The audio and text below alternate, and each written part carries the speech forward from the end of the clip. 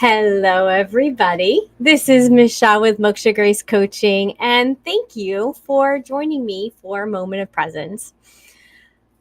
It is so good to be here. 2024, we're like a whole month in. Amazing how time flies. For those of you who don't know me, I'm Michelle with Moksha Grace Coaching.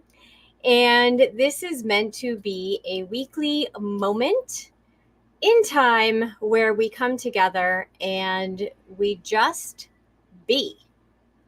Be.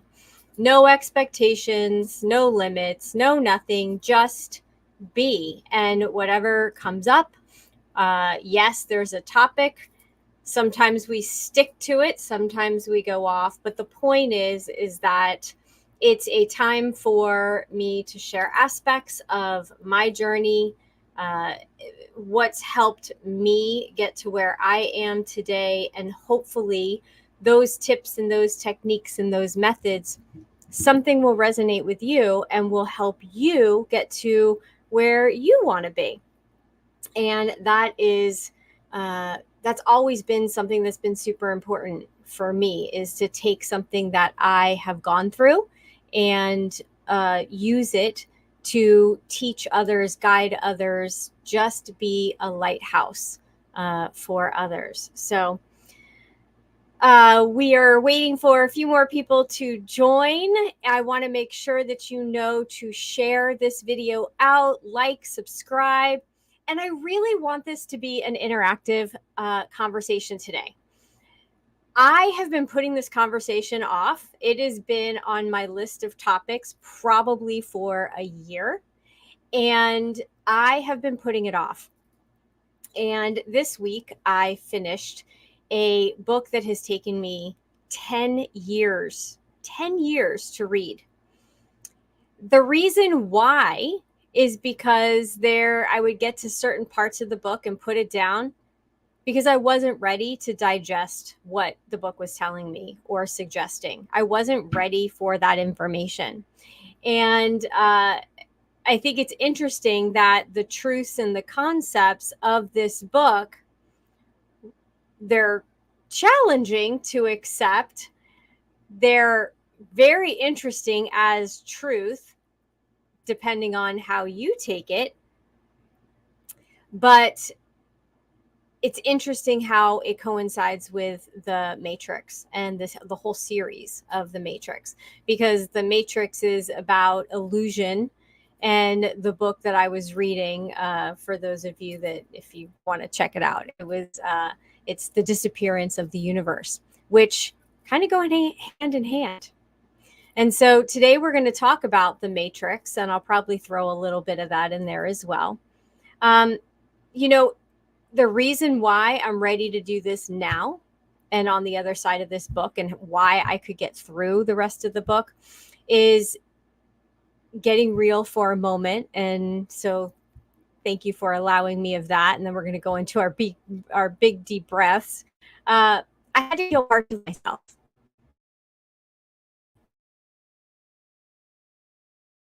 Establish a relationship with God. I had to forgive situations that happened to me. I had to have some ego death and tower moments, and I had to get weak to get stronger. And in order for that to happen, I had to let down my guard, and I had to let down my strength to allow my weakness to come through, which then meant my strength could recharge. At least that's what I'm believing is the process. I believe this is why I've been able to take a completely different perspective on this movie series, on the book itself. I believe that I've grown.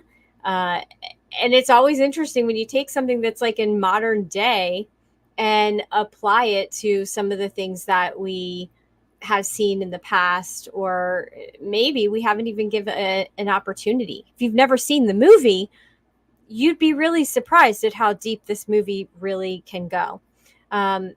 So we're going to talk about that today. The changes from this point further is me just being completely authentic, which I have been, but I also haven't allowed those weaknesses to show. So we're going to dive into that more often, and yeah, and kind of pull the veil back a bit. So with that being said, why don't we take some deep breaths and we'll get started on our conversation. So we take a deep breath, we breathe in, we're going to hold it for 3 seconds, and then I want a slow exhale, okay? So big deep breath in together, hold, and then a nice slow exhale. This is what brings us into our center. And then let's do that again. Big deep breath in. Think about all the times that you thought you were being real and you thought you were being strong. Did it work out? Or would it have been more of a benefit to be a little bit more vulnerable? Exhale. And big deep breath in again. Can you be open to today's crazy conversation with me? And big release, nice and slow. All right, good. Now, if you've joined me, please let me know who is here with me. I don't always get to see who's here. It depends on whether you're, depending on where you are, if you're on YouTube or LinkedIn or Facebook. So let me know you're here. Let me know where you're from. We're also, I'm going to take Q&As. So we're going to stay on a little bit longer, as long as you're asking questions and interacting, or even just making a comment. Let me know.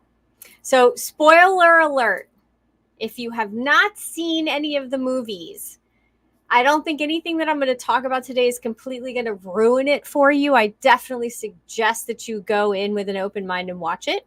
But it'll give you some things to maybe look at.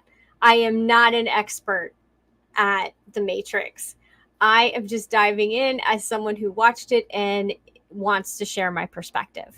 Okay. So Neo did some really cool, remarkable things. Let's see what's in the comments. I love this topic. Can't wait to hear your thoughts. Yeah, I think The Matrix is old enough that we can let the spoiler alert fly. Good, thanks. All right. So Neo did some pretty amazing stuff. He dodged bullets. Everyone has seen that scene where he's bending backwards and the bullet flies right by him, right? Everything's in slow motion. He can catch bullets and block them. And we all want to believe that we are superheroes. And guess what? On some level, we are. We are superheroes in our own right. And sometimes we just have to be reminded about what those powers are and what those weaknesses are that we have. Because sometimes those weaknesses are what make us the strongest. So in one of the scenes, Neo is told a challenge that he has to jump off a building. And because he's the one, and everyone tells him he's the one, and he can jump over this building during his training. And as he jumps over the building, he falls. Now, this is the Matrix. So it's there's reality and then there's the illusion of reality. And so in the illusion of reality, he hits the ground, but in the Matrix, he doesn't. Or vice versa, depending on which stance you take with this movie. So what I took from that, and there's a lot of really important relationships in this movie that are very pertinent to the story, to the outcome. And put in the chat, what was your favorite relationship? Was it Neo and Morpheus, Neo and Trinity? Was it Morpheus and the Oracle and Neo, Mr. Smith and Mr. Anderson. And we're going to get to that in a minute too. So put in the chat which one is your like favorite relationship. But the point is that Morpheus told him that he was the one. The Oracle tells him, sorry, kid, you're not the one. Trinity doesn't tell him anything, but yet she knows what the Oracle told her. So I'm not going to give too much away here. The point is that when he does have to jump the building and he has to trust himself, he makes it. And at that point, he's believing in himself.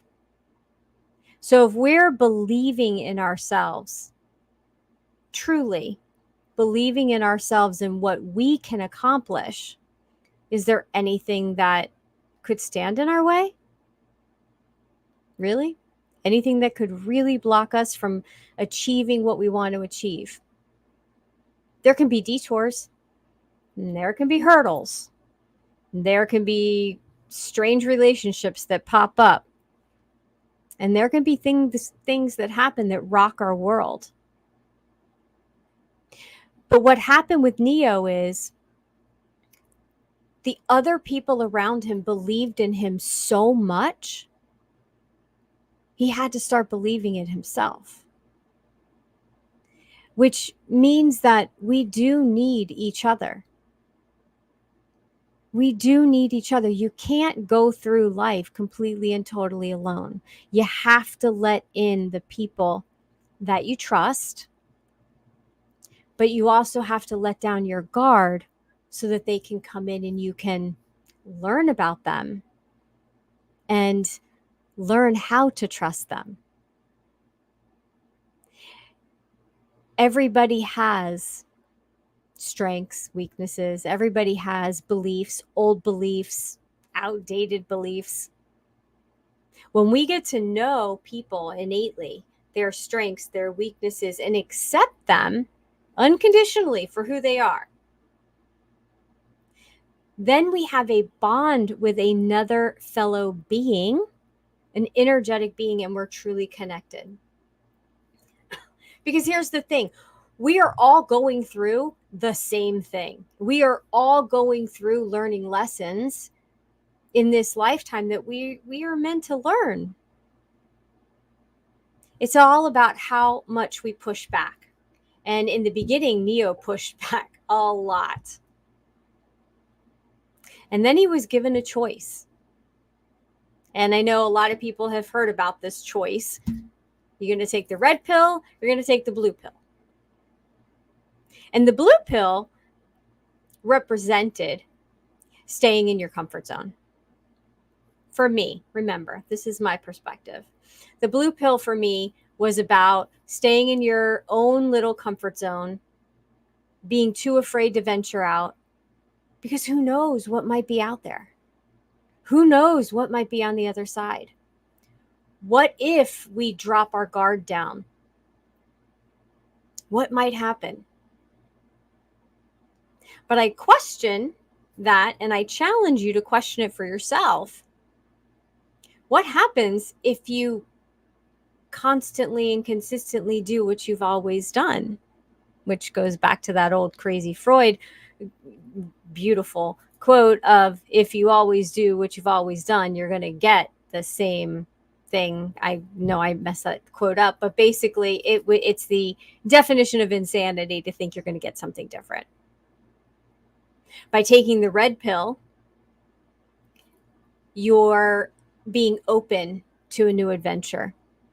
You're being open to opening your eyes and learning, right, how to see what's been right there in front of you the whole time, but your heart hasn't been open enough to see it.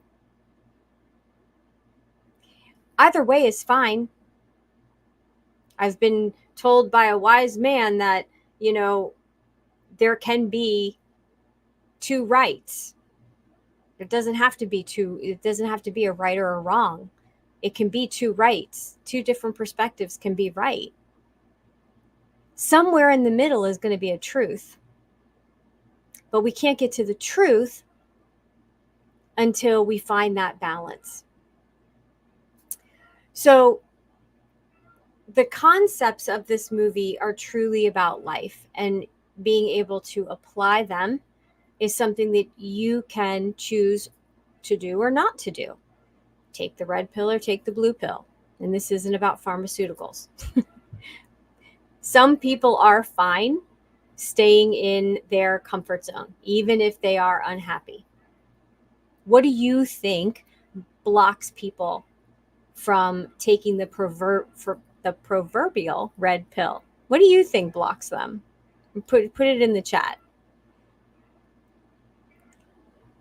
Is it that they don't want to lose their comfort zone? Ha ha ha ha. Fear. Yes, fear. Because if you are making a decision choice out of love to jump across a building to save the person that you love the most, are you letting fear stop you, or are you letting love catapult you? So that would be your strength coming out, your belief in yourself. So yeah, fear. Fear is a big one. Fear blocks us from most. And fear comes up as a warning sign. Go back, go back. Don't go forward. But that's because staying in that comfort zone keeps you in the illusion. And you know what the biggest illusion is? What do you think it is? The biggest illusion of all time for all of us. As I cough and clear my throat chakra. The illusion of control. The illusion of control. None of us have control. We can control our reactions and our responses. We can control ourselves. We cannot control the outside world. We can control how we respond to what the illusion brings into our reality. Where do you think your reality is? Do you think it's just the reality that surrounds you, the office that you're in, the cubicle, the house? The reality is inside of you. It's inside of you. Which brings me to my favorite relationship in the movie, which is interesting because it's the one that annoys me the most. But yet, after reading the book and after watching the movies again and again and again, because I've watched it a bunch, this relationship irks me so much, and the scenes are just so annoying. And it's Mr. Smith and Mr. Anderson. And it wasn't until I was preparing for this conversation that I really figured out why. What do you think that relationship represents? The Mr. Smith and Mr. Anderson. What do you think? What could it be? You think they were just friends in another lifetime? You think they're just mortal enemies? You think that they're just jealous of each other? Maybe they're brothers. What do you think? I think the way that I perceive the movie is Mr. Smith, Mr. Anderson are the same. And Mr. Smith is the dark side, the ego of Neo. And he has to look at himself in the mirror. And he has to see that version of himself that he doesn't like very much. And it's interesting because in the beginning, the oracle does give us a hint to that when she mentions it and she explains that it's the negative side of Neo. But I think a lot of us skirt by that. But I think, in my opinion, it's the ego. And so going through that ego death, going through that moment of realization, having to believe in himself, having to understand what Morpheus is telling him, that he is the chosen one, that he's the one that is going to bring all of them to salvation, to save them. And yes, there are a lot of different comparisons that you can find out there where this even compares this to religion and spirituality. I will let you decide to look them up if you would like to. But it's about seeing the truth of who you are and being able to accept yourself regardless. And Neo would not have been able to do the things that he could do if he did not start to believe the others that believed in him. Trinity that believed in him. Morpheus that believed in him. The team that believed in him. And then he finally accepted it.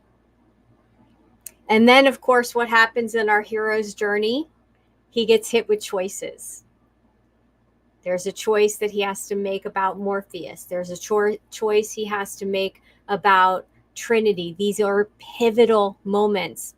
And here's the part that I want to go into with this is that life is all about choices. You hear me say that all the time. I end every moment of presence about choices. We never know if it's going to be a good choice or a bad choice. We never know when something happens to us if it's a good or a bad. All we know is what we have in the moment. And again, it's all illusion. So if we are something is brought to us, we have to make a choice how we're going to handle it. Even though at that time we don't know if it's good, bad, or indifferent. So how do you make those choices? It's about going into our own reality. Where's our own reality? Within. How do you go within? Anybody? Any ideas? Put it in the chat if you have an idea. It's about listening, meditation, reflection. If we are the vessel, right? We're just the vessel, and we're getting information of things that we should be doing that animates us in this reality that we call life. If we're listening, we can make the choices we need to for our vessel, our life here. And then we're using our inner guidance, our all-inspired guidance, divine guidance, guidance from God, guidance from Source, guidance from Buddha, whatever you believe in. It's that internal knowing. But as I alluded to, it's coming from within, even though I also said it's coming from without, because I believe that Source, God, divine, lives inside of us, lives inside of our heart, lives inside of our vessel. We're just energy making it all work. Now, I know this is a little crazy for today's conversation, or maybe it was one of the most real conversations that you've heard in a long time. You can put that in the chat as well. So you guys have any questions? Any thoughts? Let's see. Meditation, reflection, journaling. Yes, these are all good. These are all great ways of getting what's inside out so that we can read it, digest it, and get it back inside, understand it, remold it, form it, and then start utilizing it the way that we need to. So I had a moment last week where I remembered something that happened to me as a kid. And it was quite the memory. And I shared it. And it was a situation where somebody took advantage of a 14-year-old girl. And see, here's the thing.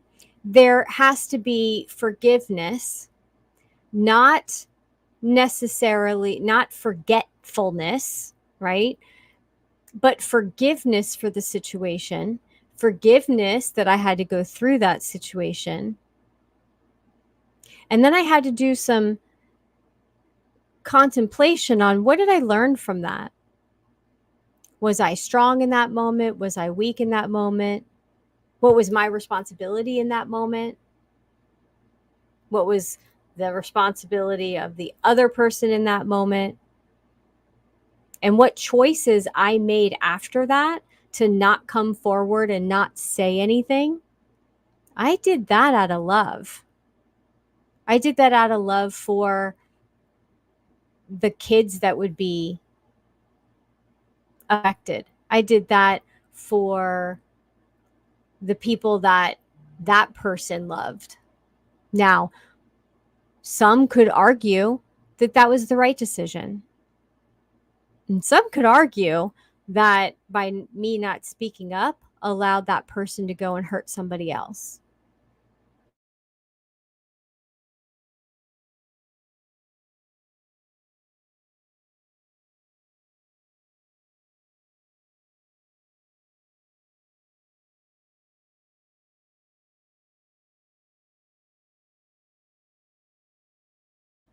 And we're back.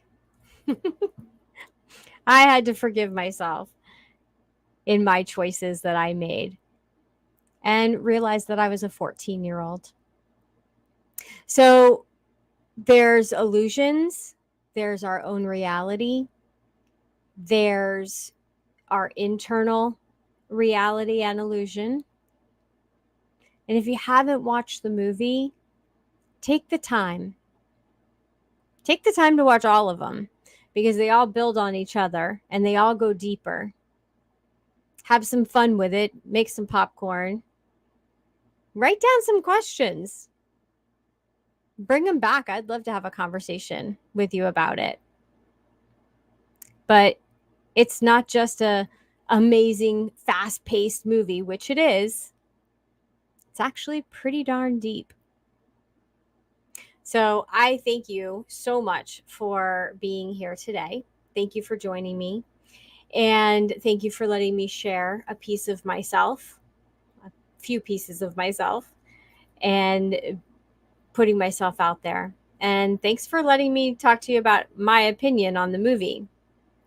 I, want you to remember that every day you wake up, you have choices that you get to make. They can be good choices. They can be bad choices. Who knows? But choose wisely. And I'll see you next week on Moment.